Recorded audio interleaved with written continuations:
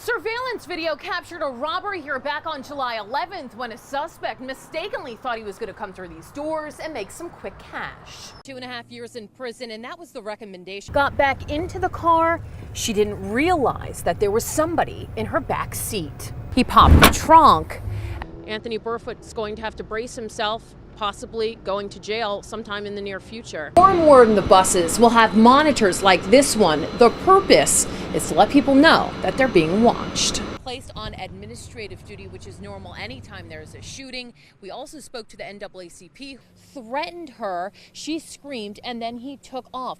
And they conduct law enforcement and homeland security missions all over the world. They say they're glad to be back. You can see police still have a section of the beach blocked off. They actually let me get in the kayak at one point. The rain is coming down a bit right now, but this morning this entire backyard was filled. If this is the winner, him and I are going to have to split all the money. Moments ago, got off the phone with the superintendent. There's a down tree here. There's several of them around the lake. Now there are more efforts to stop this problem. He called this entire situation unreal. This is what they're dealing with, but they're also dealing with down trees. And it was this area where authorities were called after someone driving by said they saw a body. They've seen flooding in the past, and it's been worse than this. But some neighbors were shocked at just how bad it was when they woke up this morning. 1,300 inmates, 52 accused of murder. Face out, hands in front. About a third mentally ill. That's all inside of the Virginia Beach jail. News 3 got exclusive access to a raid. We got nothing to hide here. On a Saturday morning, 200 guards surprised inmates with a search, looking for contraband. Guards went down the halls, searching cell by cell, tossing mattresses and looking through the inmates' belongings. The Virginia Beach Sheriff says keeping inmates safe is a top priority. It's scary as hell for the people to be in there. They don't know whether they're going to get stabbed or shanked or something like that. This is a safe jail, and so, but you're not going to be able to experience that completely because we're going to protect you. That's right, protecting me. News 3 wanted to see what it was like inside of the jail. And the sheriff said, I could stay overnight. We've had some reporters spend the night here before. They haven't wanted to spend the night here before. So you have your basic necessities and soap. I arrived just before 3 for intake. Hands on the wall. And was processed and strip searched. Push As humiliating and embarrassing as the process is. It's not a very nice place. It's not where you want to spend the night if you have your choice. Dinner, potatoes, some type of meat, flavored water, and beans. Tight quarters, a toilet, and a bed in a very small cell. I was even given the courtesy of a few books and magazines.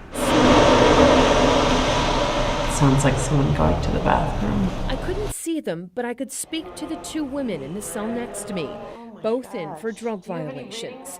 One told me she hasn't seen grass in the last year and couldn't wait to get out. The hours passed slowly. I have no idea how long I've been here. With little sleep and no way of telling time. In jail at night, it's silent, and you hear everything. The jingling of the keys and the loud doors shutting. The next morning, I got a luxury that the other inmates don't. Finally, it was over. A long night in a place that I never hoped to return.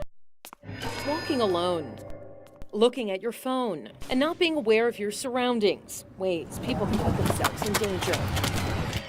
It was the most frightening thing I've ever gone through.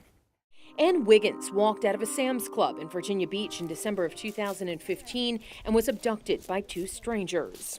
When I turned back around, the other man had the knife. The longest hour and a half of her life spent in the back seat of her car with a jacket over her face, going to different ATMs, her abductors demanding money.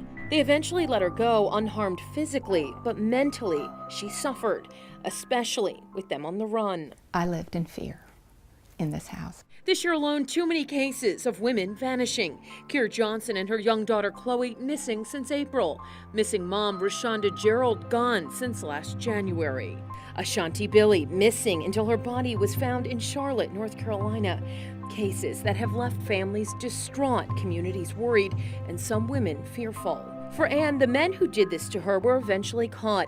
She faced one of them in court, but the awful experience was a learning lesson about protecting herself. I've never been, that really scared of stuff like that, but now I know I've got to be proactive. I've just got to be careful and pay attention. Ann wasn't hurt, but thousands of other women are physically attacked every year. Experts say 1 in every 6 American women will be the victim of a rape or an attempted rape. Many times the attacker is an intimate partner, but other times it's somebody looking for a target. They were looking for someone that was by themselves. Go! Elbow, elbow, and knee. So awareness is critical.